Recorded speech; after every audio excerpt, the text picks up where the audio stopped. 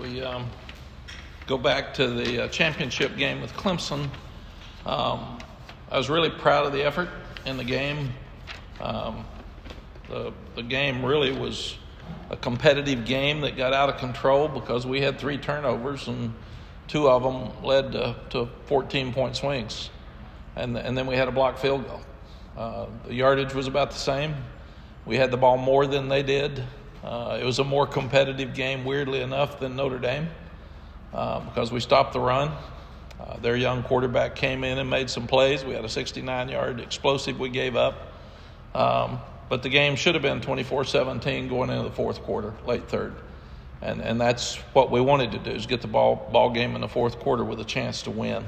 The same problems kept popping up other than we added turnovers because we had not been turning the ball over. But we were 1 for 5 in the red zone touchdowns. And we were in a position where we gave up 4 for 4 in red zone touchdowns for them. And that continues to be a storyline for us, and we've got to fix it. And it's something that really hurt us late in the year.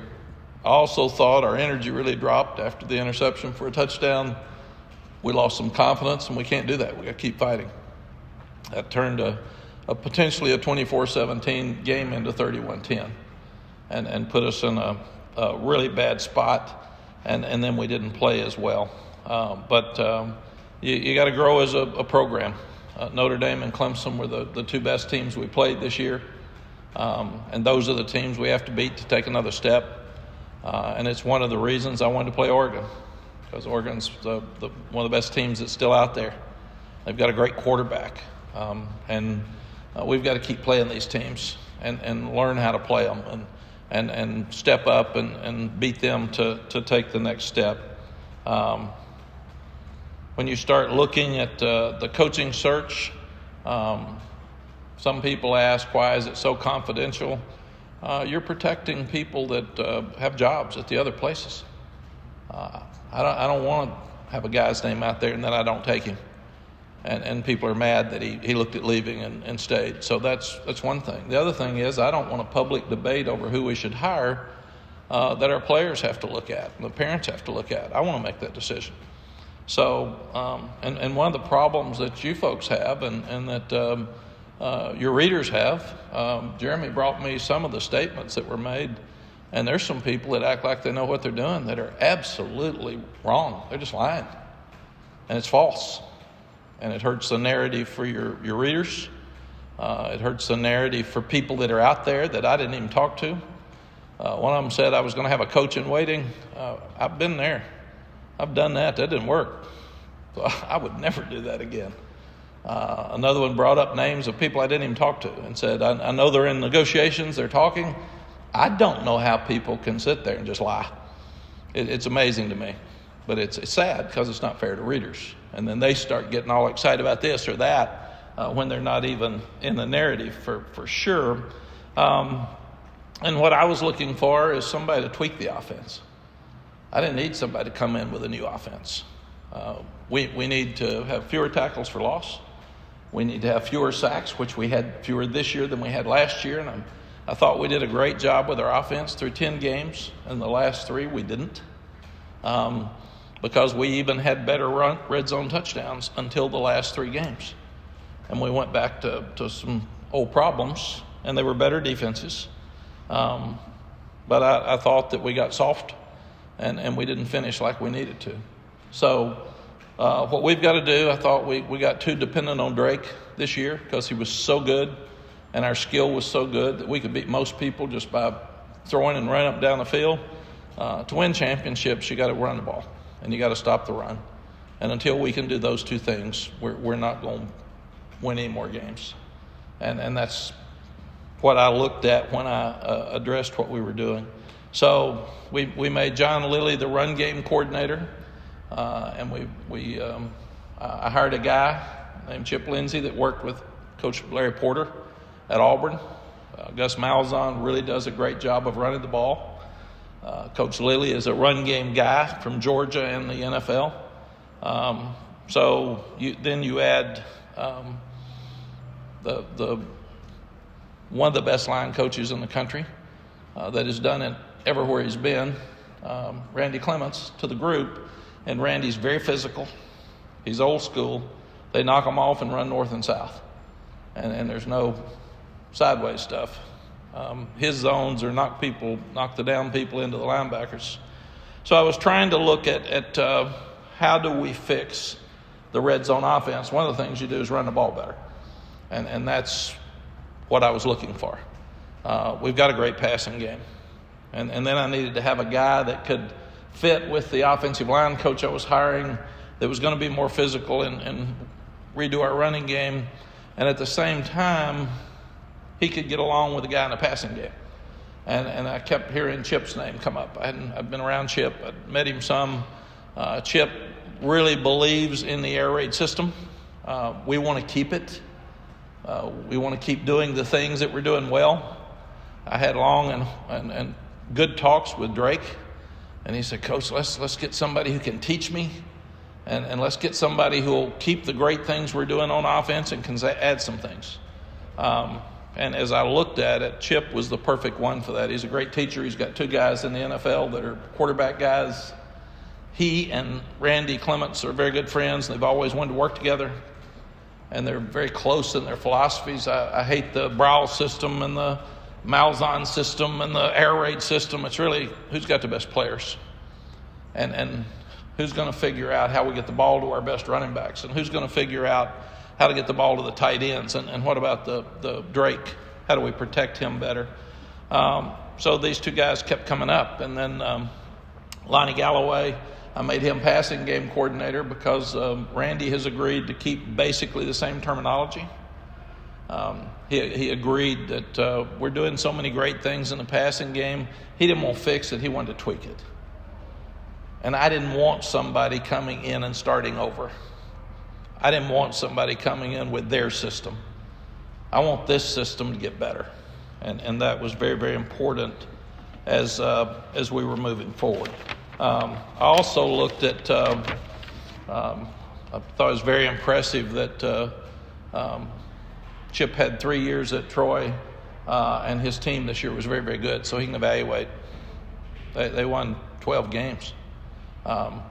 So 3 years to me isn't enough to be a head coach and get a program in the place where you want it. When you take it over, it's yours and it's different. And you've got whatever problems were there when it started, and you got to fix them. And obviously, his team this year was one of the best teams in the country. So really, really proud of that. When I coached against Randy before, they could run the football. And that's what he wants to do. And he started out the interview by saying, run the damn ball. He had a hat that all the linemen wore that said, run the damn ball. And he had a T-shirt on that said, run the damn ball. So I said, I got it, man. I'm in. Now let's start and go further with it because he does such a great job. He's a tremendous teacher. And again, I don't need drama. I don't need guys that want their system.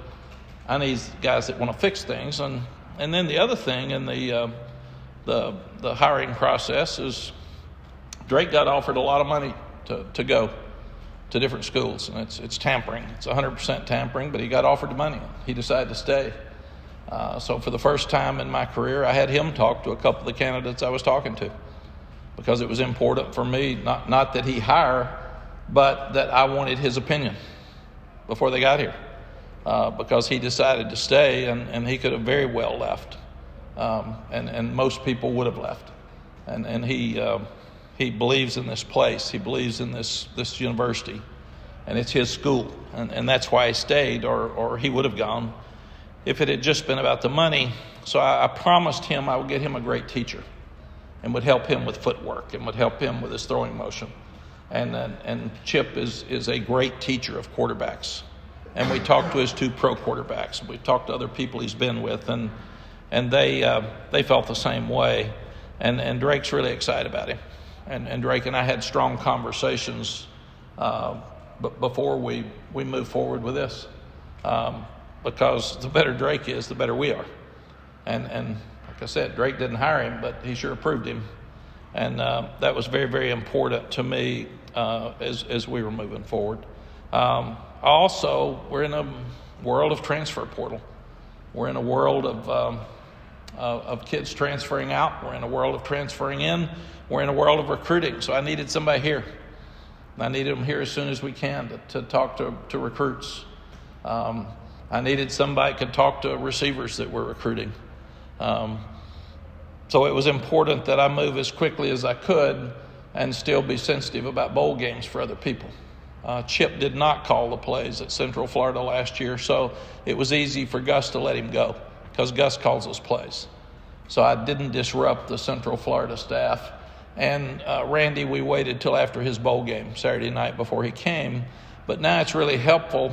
Chip's been here since, I think, Thursday night. And they're not coaching, but they're on the field. They're sitting in meetings. They're listening. They're getting to know kids. And then Randy came in last night late, and he was at practice all day today. So it's been good for them to get to know the kids, get to call all the recruits, get to get involved in the transfer portal recruiting, and help us move forward. So it's working really, really well. They will go home tomorrow, and then both of those families, the Clements and the Lindseys, will meet us at the bowl game and spend the 5 days out there with us, not coaching again, but getting to know the players and the coaches as much as they can. The Holiday Bowl is Tier 1 bowl. It's the highest rated bowl in the ACC other than the Orange Bowl. I'm very proud that they chose us. I've been there 5 or 6 times with Texas. It's a great place to be for our players. They'll love it. I think the average temperature is going to be about 75, maybe 65 at game time at 5 o'clock in the afternoon, a little bit different than this morning at practice. And I wanted a tough opponent. We got to keep playing them. I know very few people are going to give us a chance, and people don't think we can win. We got to keep playing better people. We got to upgrade who we are, and that's what we wanted. We want this program to be a prominent program, and you can't do it by picking easy teams in bowl games and beating them. You got to play the best to be the best. It'll be a load, and we got it, but I still feel like that's the best thing for us to do. Lonnie Galloway is going to coach quarterbacks and receivers and call plays. And Rob Everett, a young analyst, was moved on the field, and he'll coach quarterbacks during the bowl game. John Lilly's helping with the offensive line, but we've got Caleb Pickrell, a young graduate assistant that's coaching offensive line. So guys are really resilient. They're just moving forward and doing the things that we need for them to do. I do think that in college football we need to look at changing the schedule back like it was in recruiting and have the second signing date. I would rather see it that coaches can't move until after their last game. It's very unfair to the players to have half your staff leave on one side of the ball. Don't have your play caller, you don't have your offensive line coach, and it happens all across the country. I had to bring some in here. So I think it'd be better like the NFL, where we wait till after your last game before you can leave, and then don't have the early signing date because it didn't work like we all wanted it to, because now coaches are changing and kids have already signed, and they want out. So slow it all down a little bit and move it back and make sure that it's what it should be. Coaches aren't even asking for permission anymore, which was really important in integrity when I was growing up in this business for years. I still do it, but coaches are walking in and saying, I'm leaving and going to another job on the spot, and you're sitting there saying, what do I do this afternoon? Without any time to prepare. So I'd like to see it where we go back and do things right with integrity and call and ask permission to talk to a coach and have a day or two to think about it before somebody just walks in and says that they're leaving. We'll leave on the 23rd. Yes, we'll leave on the 23rd. We'll have Christmas out there. We had Christmas at the Military Bowl, and it was fun, and the guys will enjoy it. We'll let them go home after tomorrow's practice, and they will actually have a Christmas at home that they can have their makeshift Christmas, and then we'll all go out together on the 23rd. We have some graduates that are going to play in the game, and that'll be the last game that they will play with us. Antoine Green will obviously play in the game and then go to the NFL. Brian Anderson has done a great job for us. This will be his last game. Ed Montelis has decided that this will be his last game. He's had enough football, so he'll play and then go into the real world. Obi Agbuna, I think he wants to be a doctor, so he'll play in his last game and move forward. Jaleel Taylor's playing in his last game. All these guys are graduates, and then I think Jaleel's going to go ahead and play somewhere else if he can. Dante Balfour, Kendall Carr, Dontavius Nash, and Keyshawn Silver are playing in the game, and then they're in the transfer portal, so they will transfer. We allowed the guys to play in the game that have done everything right to help us get to the game. And if they want to transfer to get more playing time, I totally understand that. And they have been great. They've worked really hard, and they've prepared to try to help us win the game. Awesome. Can you run those over again? I'm sorry, I missed one. Which ones? I got Dante Balfour, Kendall Carr, Keyshawn Silver toward the end. Dontavius Nash. And they'll all play in the bowl game? They'll all play in the bowl game. Okay. Now, I tell you all that, and we're over a week from the bowl game, so it could change. But as of today, in my life, they will all play in the game. Thank you. Sorry about that. Okay, nope, that's good. Awesome Richards he and Corey Gaynor are checking their status with the NFL, and that doesn't have to happen till the 14th of January when they declare. So Coach Moody is working with them and their families to try to figure out exactly what their status is so they can make a decision of whether they want to come back or not. Cedric Gray has told me that he is 100% coming back, which is great news for us in North Carolina because he's one of the best players in the country, and he wants to come back and make sure he has a chance to finish this thing right. It's a crazy time for head coaches, and I think this is the other reason we need to look at when you're trying to have coaches leave and coaches come. You think about it, we got the transfer portal, so you got some going out, you got some coming in, so we're recruiting transfer guys. You've got your normal recruiting. You've got practice for your bowl game, so you practice in the morning. You go out to see the high school kids and who have already come in to visit, and then you come back and host transfers, and you're trying to recruit your own team to keep guys on it so they won't transfer. And the guys that are transferring, you're trying to help them find the right place. You're hiring coaches at the same time, and then you're dealing with NIL, which is completely out of control in recruiting. People are absolutely purchasing people in recruiting, and they're purchasing them off your campus. Our Heels for Life, which is our collective, they do it right here.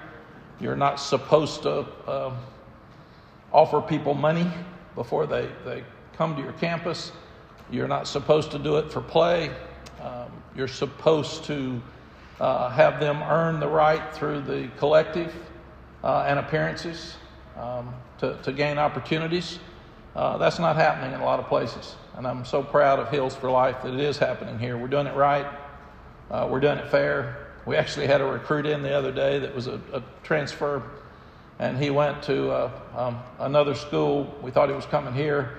He called us after he got there 30 minutes. He said, "Coach, they offered me this, this, and this, so I'm going."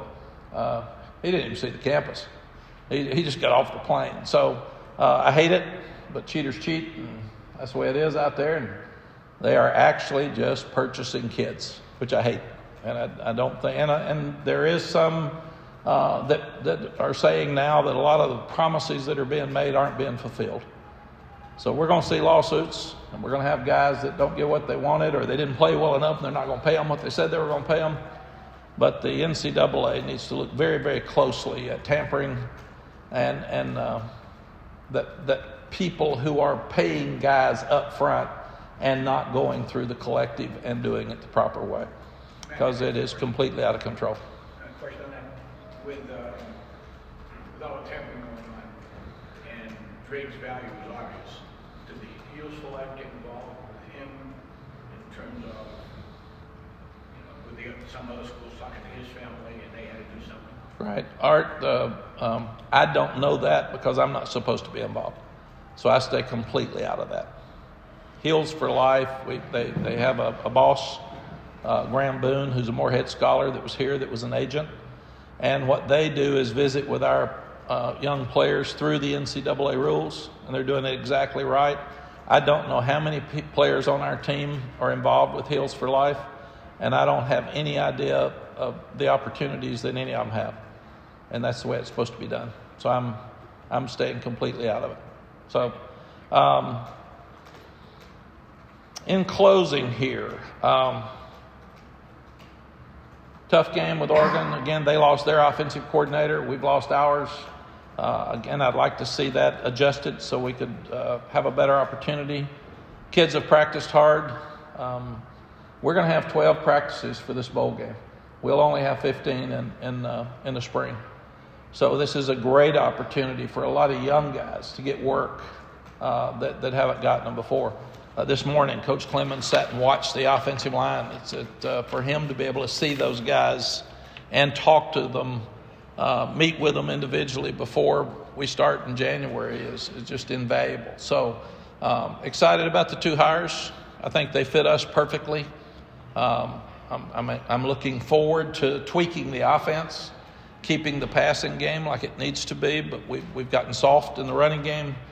I remember Coach Bryant got beat by Vanderbilt when he was at Alabama, and quarterback was like 4 for 24, 4 for 28, something like that. And Coach Bryant made the statement after the game that I'll never ever be in a football game again where I let the performance of one guy get me beat, and that puts too much pressure on your quarterback. So you've got to run the ball, and we did that well with our two great backs when we first got here. We've never run the ball well on the goal line, and that's one of the major things I want done. I want us to get tougher. I want us to get more physical. I want us to have more downhill runs and therefore produce fewer tackles for loss. A running game is a quarterback's best friend because it's harder to get a pass rush when you're having to stop the run. The last time North Carolina played a Randy Clements offense, they ran for 685 yards. So they know what they're doing, and that's why he's hired. And he and you look at he and Chip, their relationship. They've always wanted to work together in that room, and not wanting to change everything, and even working to keep a lot of the similar verbiage with the offense, and being physical in the running attack from Malzahn and from the Browl system. And Chip, you'll when you meet him, he's a relationship guy. He's going to make things work. So able to not bring your ego in here and want to change everything with an offense that's 75, 80% really, really good. We just need to run the ball better, and we got to score more points in the red zone. Questions? Coach, who are some of the schools that offer Drake money?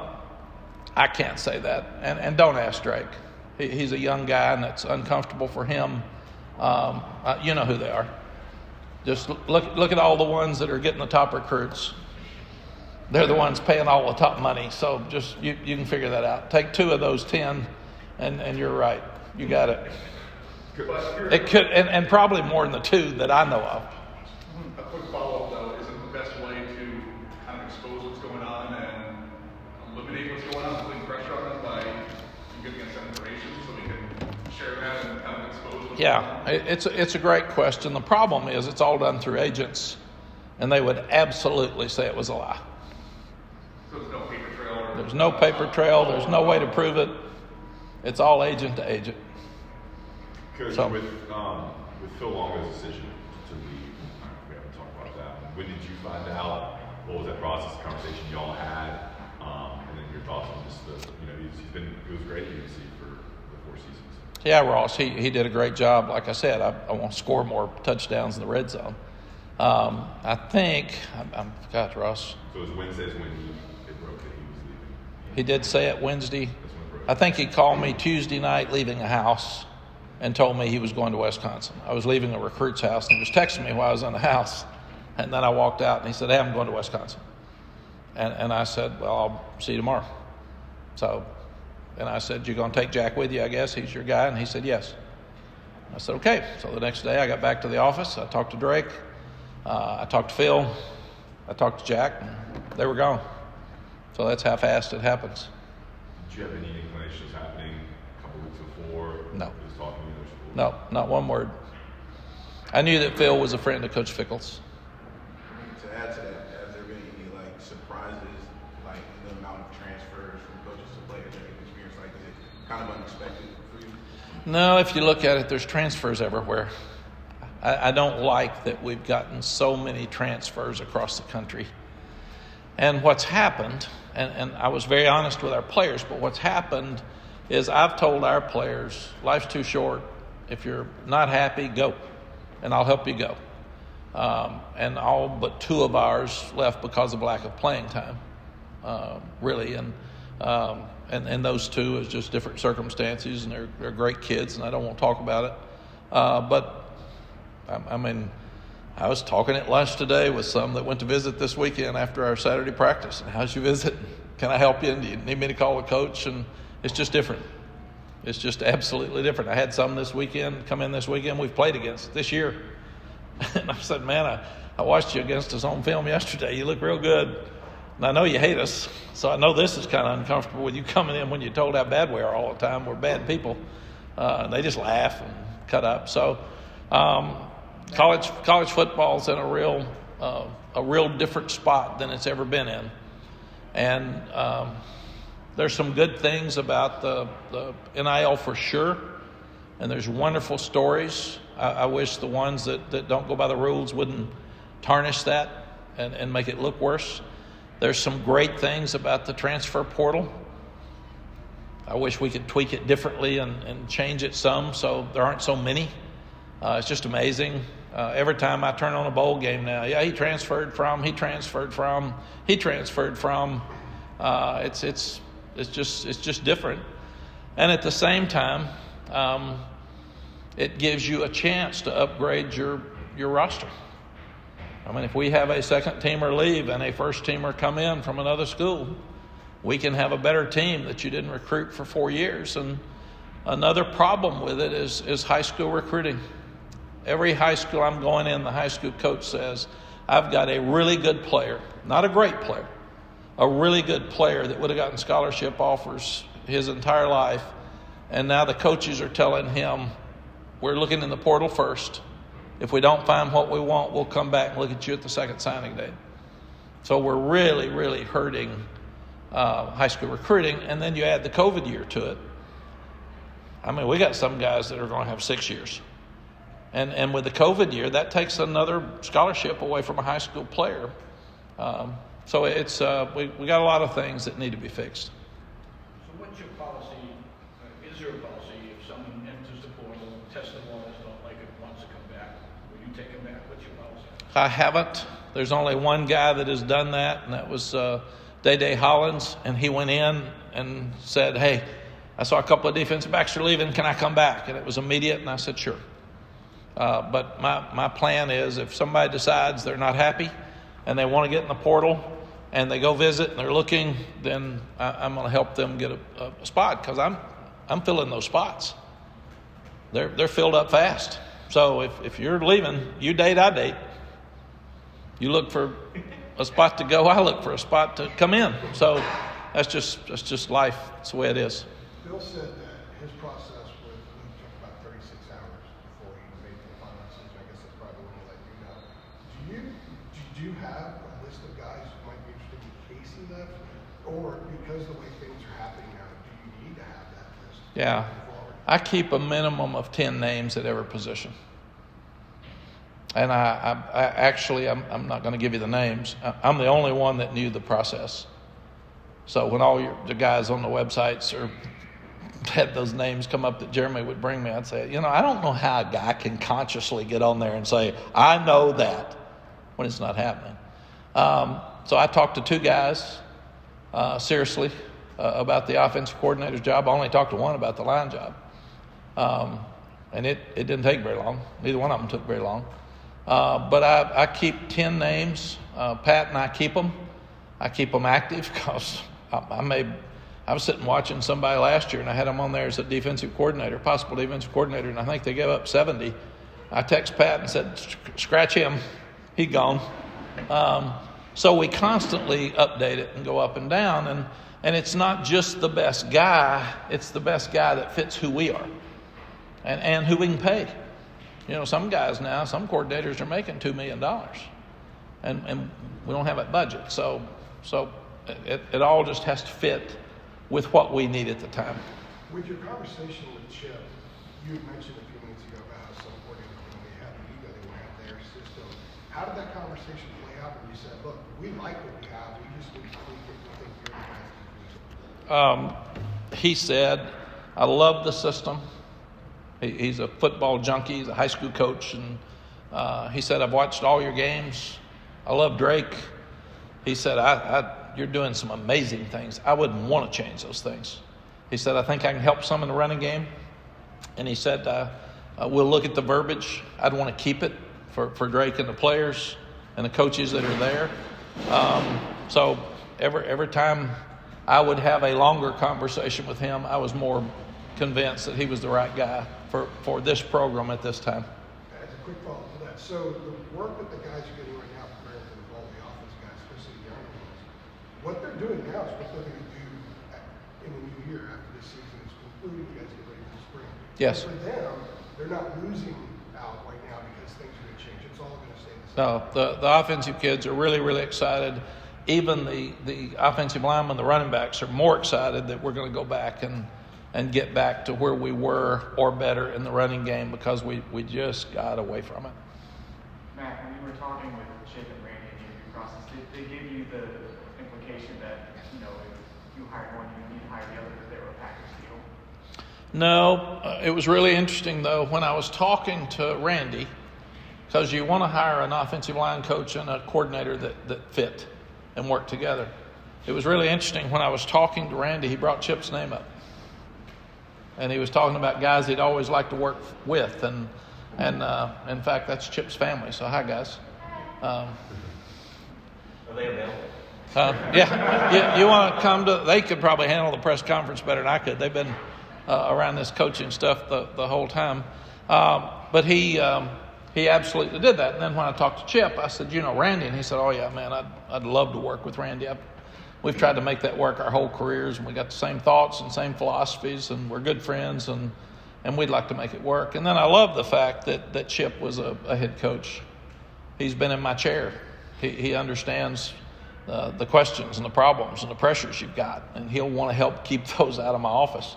And that's really important as well. So now I've got a head coach running the offense, a previous head coach running the offense, and a previous head coach running the defense, and that really helps me. And Chip's a really good person with relations. He's going to be able to talk to everybody, and he's going to rally everybody around and then figure out what the best thing to do is. And I can tell he and the coaches are already, I watch them, they're high-fiving, fist-bumping, laughing, cutting up, and it's been 3 days. So that's great progress. You mentioned the involvement of Drake in the hiring process. How involved are guys like Coach Galloway, Coach Lilly, the other offensive coaches? I actually had them involved, but you can get too many people involved. So I could tell they all have different opinions. So I cut them out, did it myself. What are some of these things you specifically wanted, some of the things you specifically wanted Chip to be able to come and teach Drake about the game that you liked that Chip did? Fundamentals. Drake wants somebody to work with him on his footwork because he's such a great player. He can throw off balance and awkward that most people can't do. But when he sets his feet, he's so accurate. So I think that would be one of the biggest things. And then we've got to get back to being physical. This is a physical game, and you can't just throw it all the time. And I think when we could throw it, we won the games. And when people knew we weren't going to run it enough to beat them, Georgia Tech, we got unlucky. We had the 75-yard run. They called it back. But we had bigger runs than we had consistent runs. And we had too many 2nd and 12s. And that was one of the reasons we had to be so aggressive. And the other thing, running the ball will help our defense better. It'll keep them off the field as much. And so all of those things played into these two guys being the perfect fit for this place at this time. The timeline of hiring Randy was announced the day before. Did you hire one before the other? Was Chip hired before Randy, or how did that go with the announcement? No. Expecting the other way around, I Yes, guess. it's a good question. I knew I was going to hire both of them. I didn't care which one announced first. Sometimes you've got to, Chip's got to get with Gus and visit, so it's not going. I can't coach. He's out recruiting. I can't get him till in the morning. Randy didn't have a coach because they had let Seth go, so he could go. He just tell them. And I always want to be very, very respectful that I do it right. I call the head coach. They have time to tell the assistant coaches, the head coach, and the players on their team before they read it. So me knowing I was going to hire both of those, the timing didn't matter at all. It didn't make any difference. Was Chip consulted on Randy, or that you wanted to hire both and just knew they knew each other? Yeah, I usually it'd be like us talking and talking to Chip and Randy. Talk to me about who you know, who influences your life, and who are you really like out there that you'd love to work with, and that's kind of where it goes with both of them. And then after I'd had great conversations with Randy, I said, Chip, Randy says that you all know each other, and he said, oh my gosh, Randy's the best, man. He is a great line coach. I'd love to work with him, and without me even asking. So it's just part of that conversation. Cool. Matt, you mentioned Drake's involvement in the process. What exactly does that look like? And in your career, how unique a situation is that to involve a player in the process? Yeah, I don't think I've ever done it before. I obviously talked to Sam because he was a recruit when I was hiring Phil. But I actually just told Drake, I gave Coach Lindsey his number and gave Drake his number, and I said, you all talk. I don't want to be on the phone. I don't want to be involved with the conversation. And then I wanted Chip to come back and tell me how it went with Drake, and I wanted Drake to come back and tell me how it went with Chip. And that's what they did. And then if Drake had said, Coach, I trust you, man, I know you're going to hire who's best. I don't know. I didn't feel as comfortable. Then I probably wouldn't have hired him. And how much of a unique situation is that based on?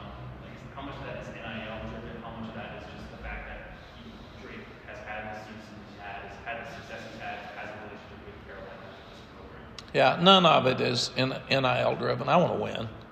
If Drake had wanted to take the money and leave, I would have understood completely. Wouldn't have liked it. Would have hurt our program. But he turned down a whole lot of money to stay here.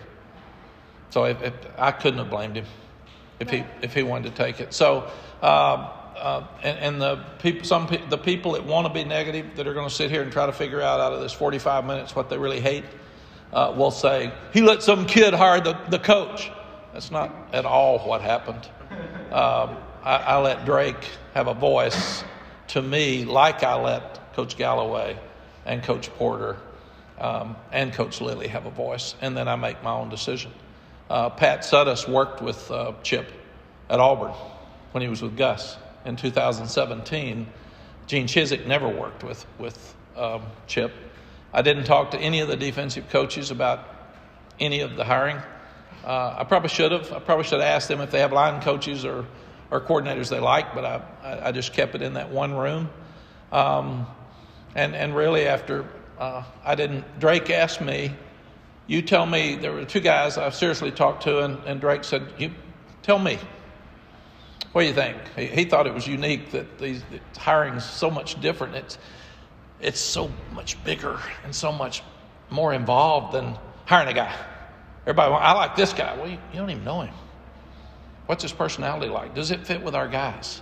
Does it fit in the room? Does it fit with our philosophy? Is his ego so big he's not going to talk to anybody else?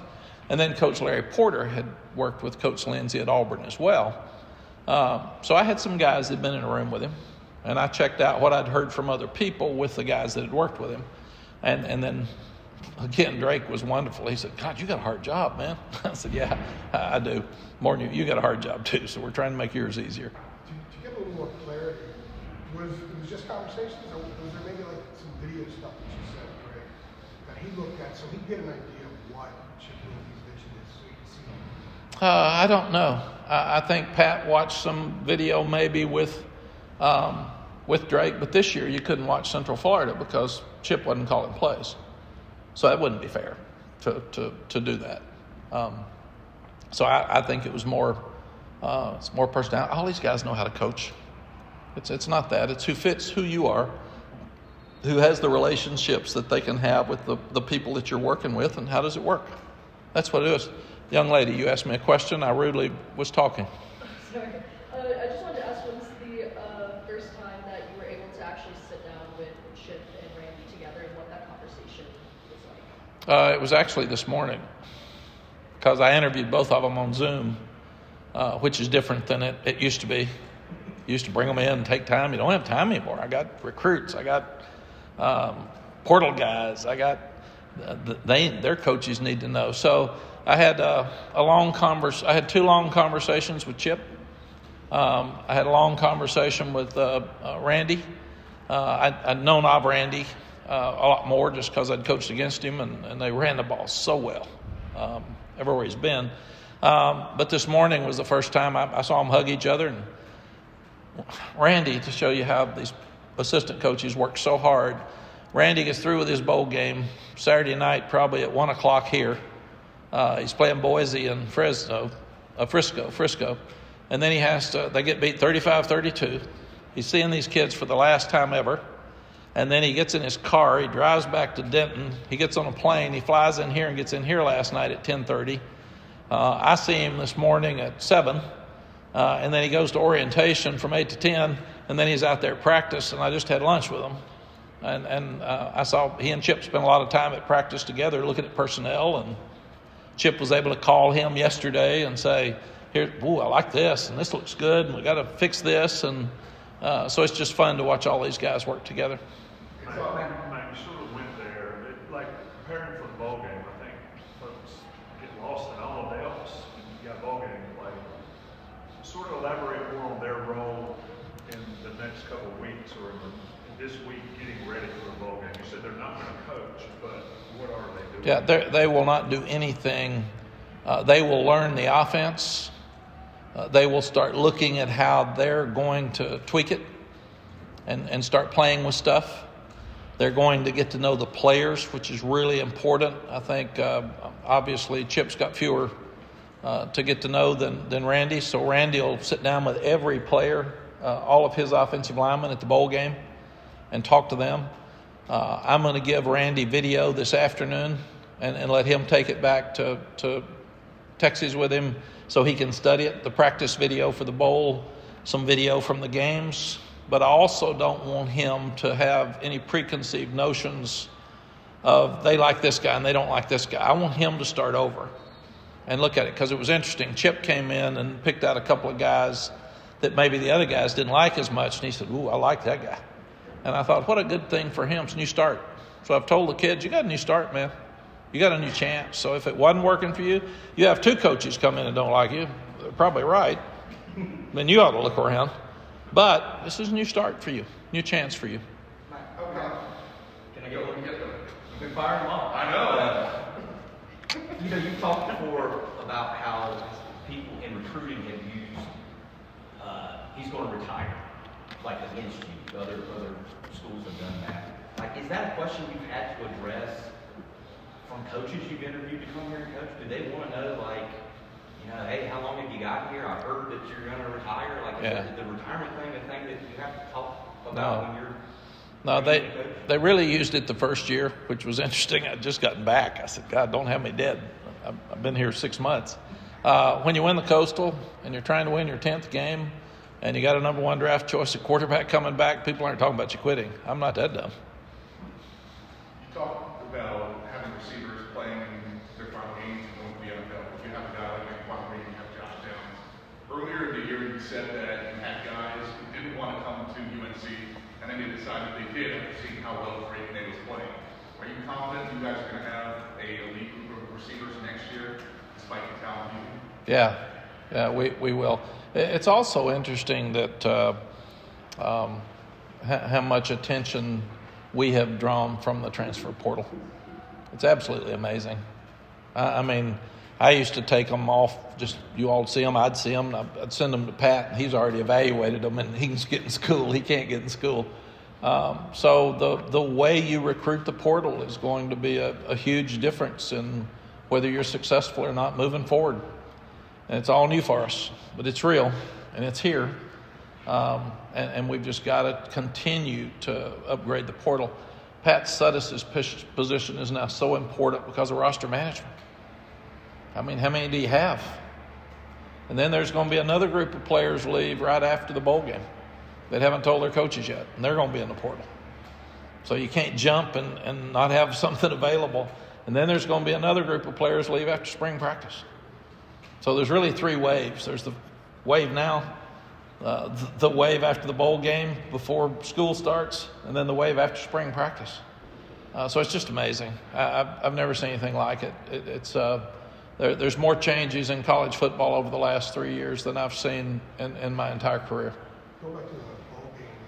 Are you getting a different sense of the team right now than what you had maybe a year ago in Charlotte? Are they a little bit more dialed in? Yeah, I think so. We've practiced well, and we've talked a lot about last year. And I actually told them, if you're not going to be more excited than you were last year, I don't want to go. I was embarrassed, and we need to go play our best. And I think we'll get that. A couple of questions on the transfer portal. Is Cam Kelly in the bowl game? Maybe No. Cam wanted to go look at some places, and if he didn't like what he saw, then he wanted to try to get to the NFL.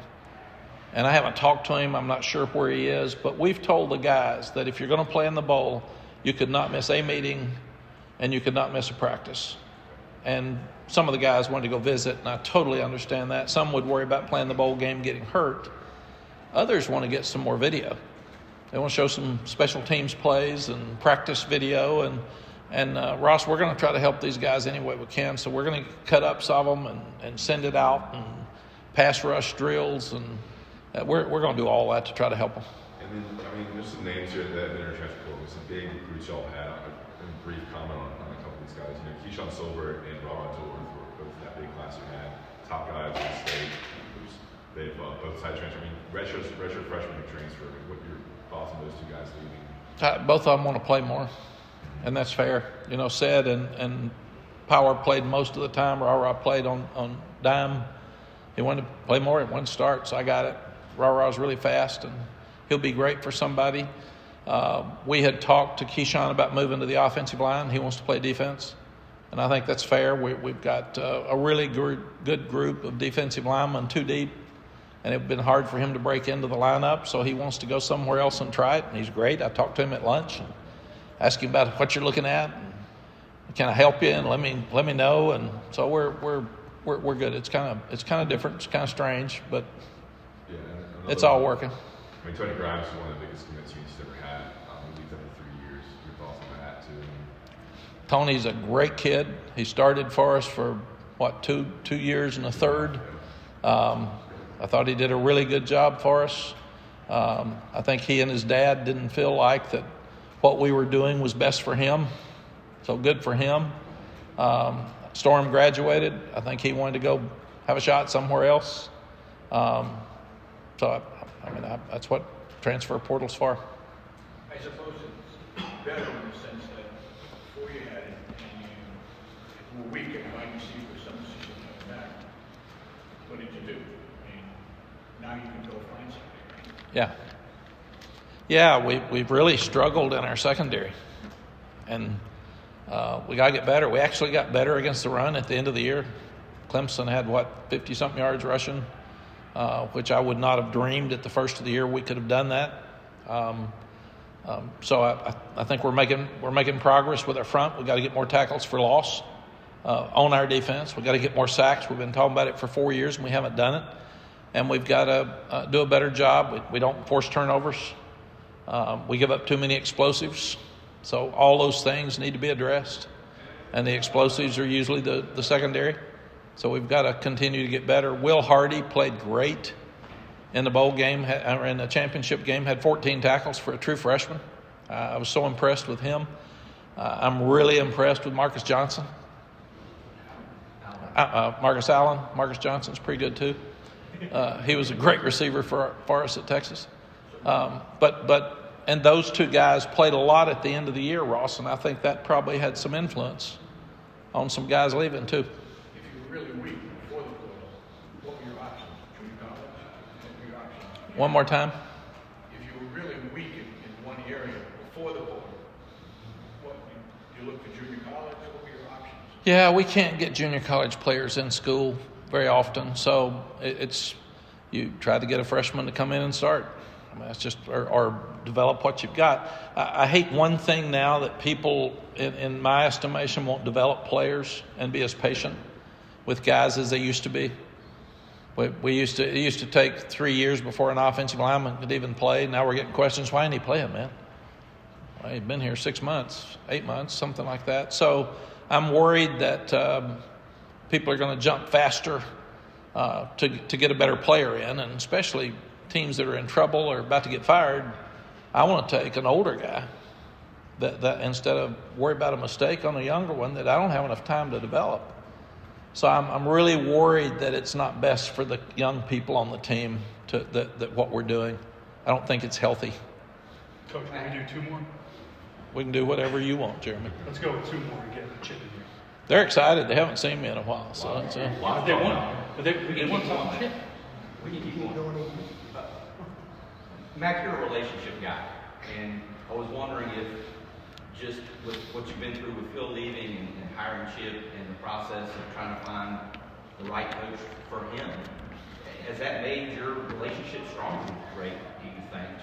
Just all the stuff that doesn't have anything to do with, actually playing the game or whatever. Yeah, it's another good question, Adam. I don't know that it could be stronger.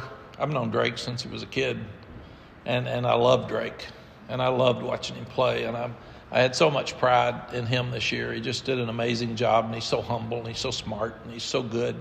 But I do think that it probably made him understand my position better, and that I've got some really, really hard decisions to make in my position, and that all my decisions are going to be what's best for this football team. And most players don't ever get that close to a head coach's life to see that. But in fact, Sally and I sat and talked to him for an hour one day in my office. And he just laughed and said, "Whew, it's a lot more complicated, man, than I thought it was." And I said, "Yeah, it is. It really is." But I said, we're going. Every time you hire, you got to hire better. And it's not about the name; it's about the person that can come in and produce. And that's where it's really fun for me to hire. I like it. I like the process. I like trying to figure out all the pieces. I like meeting new people. So it's fun for me. So I never worry about losing a coach. You always appreciate what they do when they're here. When they leave, and they're going to leave, all of them leave at some point or another. And they're all going to do what's best for them, and that's totally fair. And when I was talking about I wish coaches couldn't leave till after the bowl game, I'm not talking about Phil and Jack being bad. I'm talking about I wish the process was in a position where coaches don't have to leave. No coach wants to leave his team. It's just the right now it's the business, and it's what you got. Talking about last one. Make it a good one. I'm nervous. Talking about the transfer portal, talking about fit with coaches and coming in. How do you marry, since you talked about dating, how do you marry the player in the portal versus what you want to do as a team and as a position? You need DBs, obviously, so you got to get bodies there, but how do you sort of select who you want in the portal to pursue based on what you have in your philosophy or Chip's philosophy? Yeah, I think it's funny, Oregon and Georgia and us do exactly the same thing on defense. So I'm so tired of hearing people say they don't press enough. Well, Georgia did pretty good, and Oregon's all right. It's two of the best defenses in the country. So it's about how we play. It's not what we do. And what we do, Tommy, is we do it like a high school player, except you're seeing them play against a very good competition. When you see East Tennessee play Mississippi State, I mean, that gives you a good idea. And you try to take a player against the best competition that he's possibly got and see how that would relate to what you've got here and where it fits. And then he has to get in school, and that's difficult here. And then you have to bring him in and have a relationship with him and see, because older guys, it's really been different recruiting the younger guys and the older guys from the transfer portal. They're looking for different things. This young one's got a dream. This older one's already been there, man. It's a business decision. He wants to walk in and say, am I going to play? Where am I going to play? How are you going to play me? What are you going to do with me? So it's a very, very different process. Even our recruiting staff said, man, these older guys are easier to recruit because they know what they want. Young ones are all wondering and asking questions and what's this like? And when do I come? And these guys just want to come. They want to be here immediately. Has the academic side of UNC been difficult in the transfer portal era? It is a great school, so we have to be really, really careful who we look at. So the answer would be yes, and graduate school as well. But you have to transfer 70 hours if they're at least in their third year. And they have to transfer into the college, each college. And that has to be approved by the admissions of each of those colleges. So we have absolutely no control. So when we're talking to someone, Tommy, we have to say, send us a transcript before we can even talk to you. And that hurts us with some because they're afraid that they can't get in. And then we're not in control of how fast that process goes. So if it takes 10 days, they probably go somewhere else because they're waiting too long. So we're learning, and the university's trying to help us, and we're trying to move as fast as we can.